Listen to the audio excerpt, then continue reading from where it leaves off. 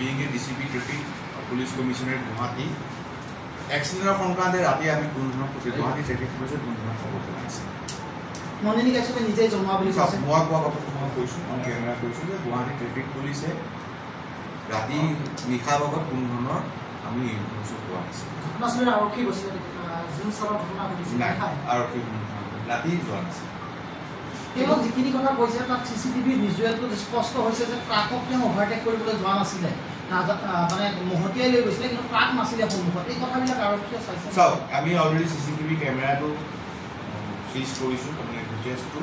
আমি এইটো এনালাইচিছ কৰিলোঁ তেখেতৰ আপোনালোকে জানে গাড়ীখন MVI কৰা হৈছিল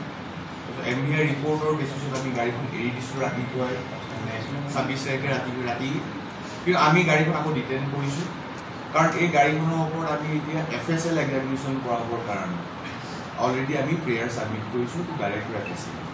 গাড়ীখন 24 ঘণ্টাৰ ভিতৰত MVI কৰি পঠিয়াই দিয়া হ'ল কিন্তু স্কুটিখন জল কৰা নহ'ল চাওক গাড়ীখনৰ যিহেতু এক্সিডেণ্ট ভেহিকেল আছিল ঘৰৰ মানুহ আমাৰ প্ৰচিডিঅ'ৰ আছিল তেতিয়া যিটো এক্সিডেণ্ট হয় IRAটোত আমি এটা আপলোড কৰোঁ সেই IRAটোৰ কপিটো অট'মেটিকেলি MVIলৈ গুচি যায় MVI ৰিপৰ্টটো আমাক ছাবমিট কৰিলে আফটাৰ MVI আমি গাড়ীখন ডিটেইন কৰিব নোৱাৰোঁ কিন্তু ফাৰ্ডাৰ ইনভেষ্টিগেশ্যনৰ কাৰণে গাড়ীখন আমি আকৌ চিজ কৰিছোঁ